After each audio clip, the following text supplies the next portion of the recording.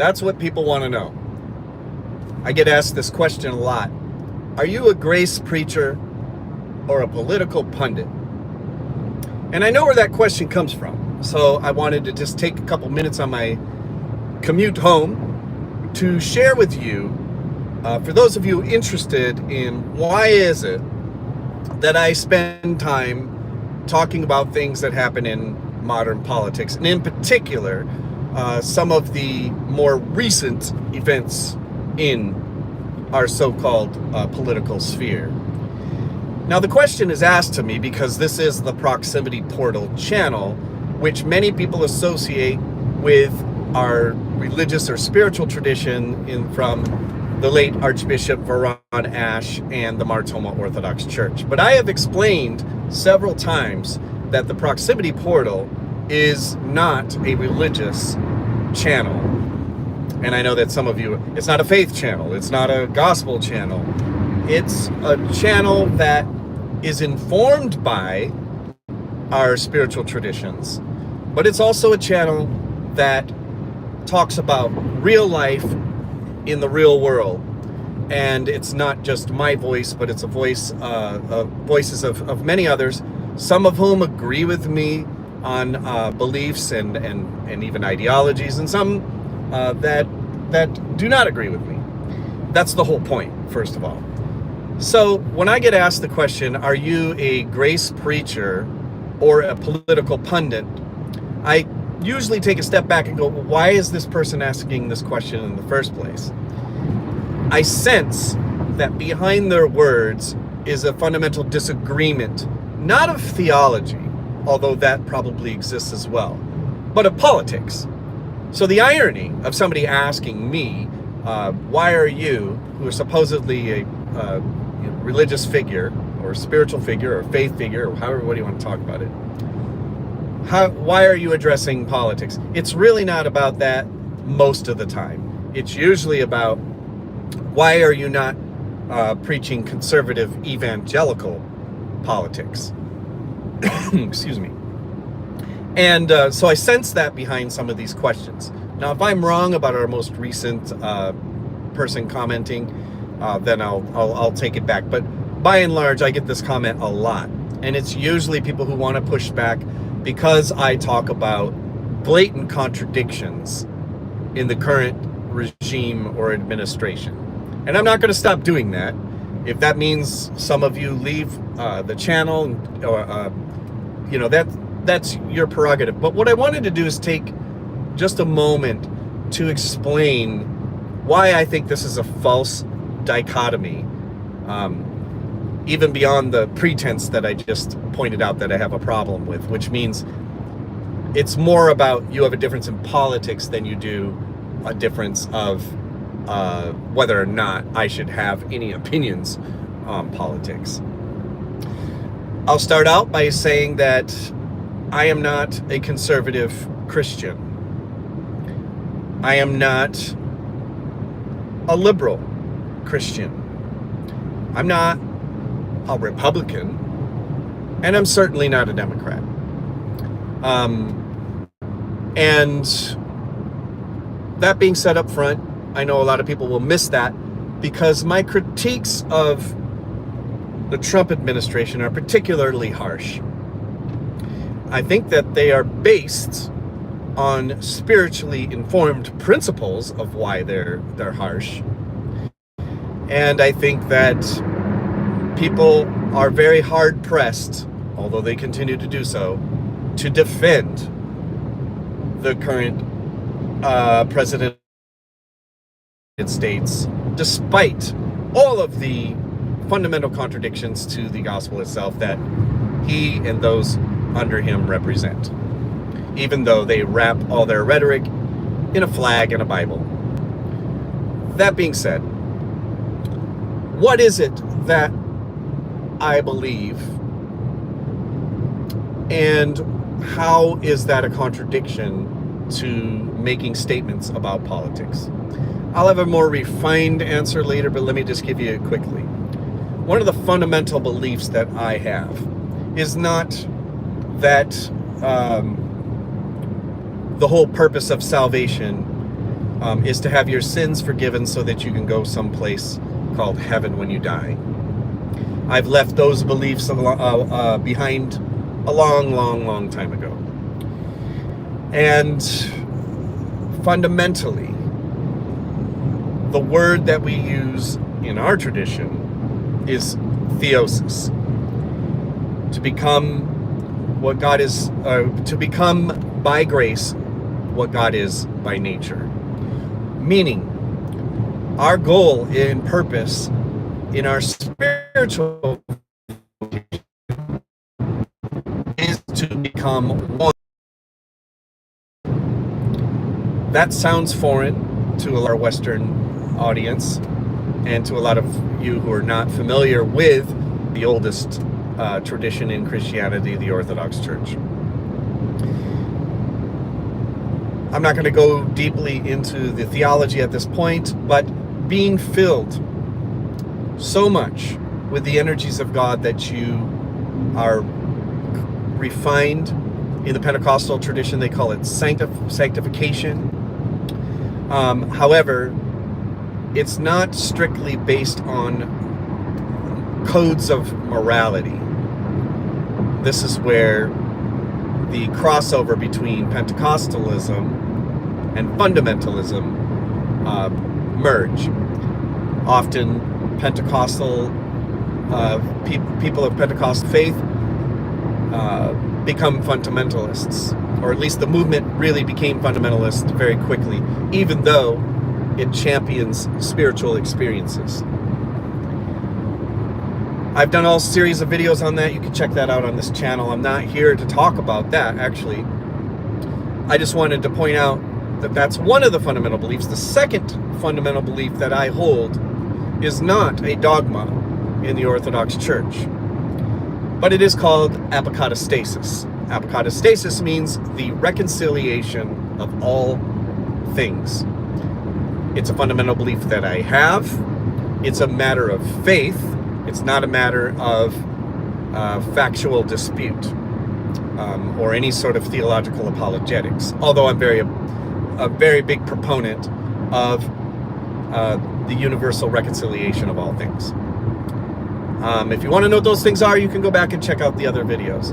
But why am I mentioning it here is because I'm answering the question, are you a grace preacher or a political pundit? Now, because I believe in the ultimate reconciliation of all things, I believe that the spiritual vocation that all of us have, especially those of us who name Christ as our guide, leader, savior, should be reconciliatory. And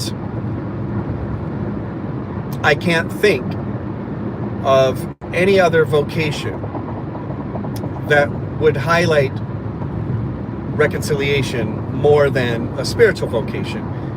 But we live in this earthly realm, and I think a lot of people tend to forget that with their theology, or they see the contradictions of this world according to this utopian perfect world that's to come. They can't reconcile those things. That's why they deal with things like the problem of evil and all that kind of stuff. And so we come up with all our fancy narratives for it.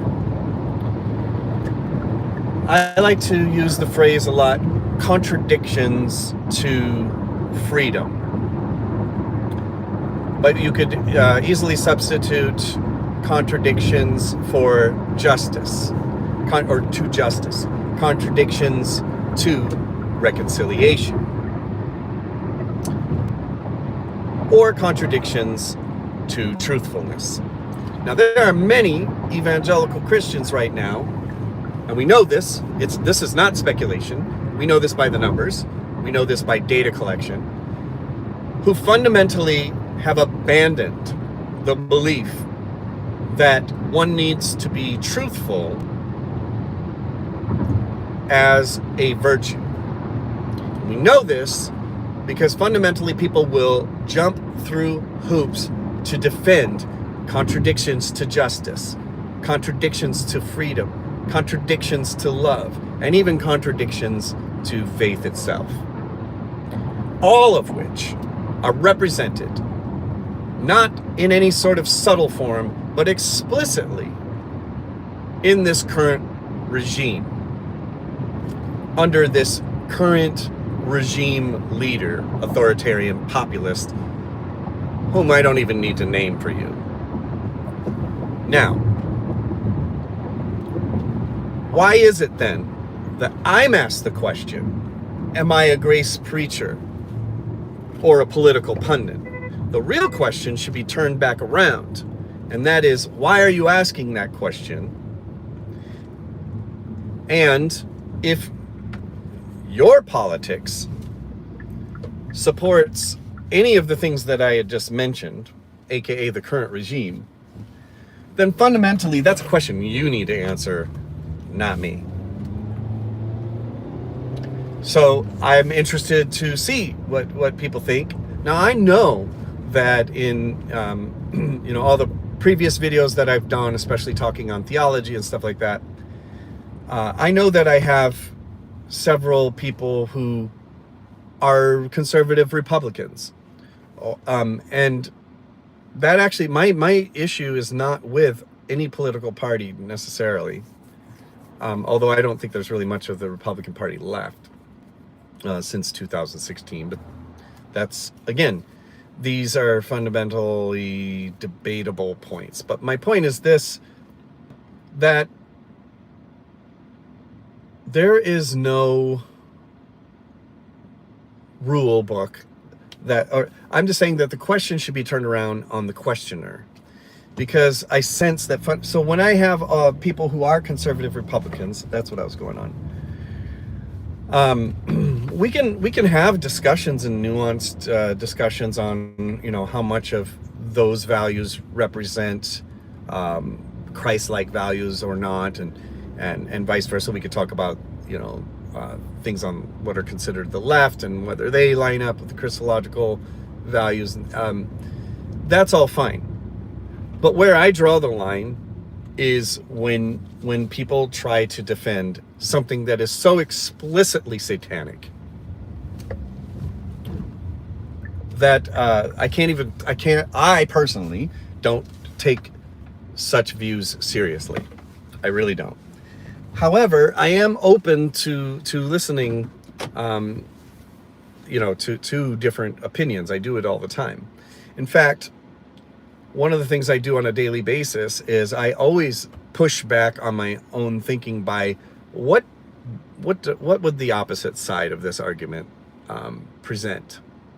And thus far, I have not found a substantial argument that would make me believe in any sense that, for example, Trump is a Christian, or that he represents anything. I mean, people will bring up things about legislation, and it's usually related to pro-life or transgender issues. I mean, those are pretty much the go-tos, right? To litmus test of whether you're a Christian or not.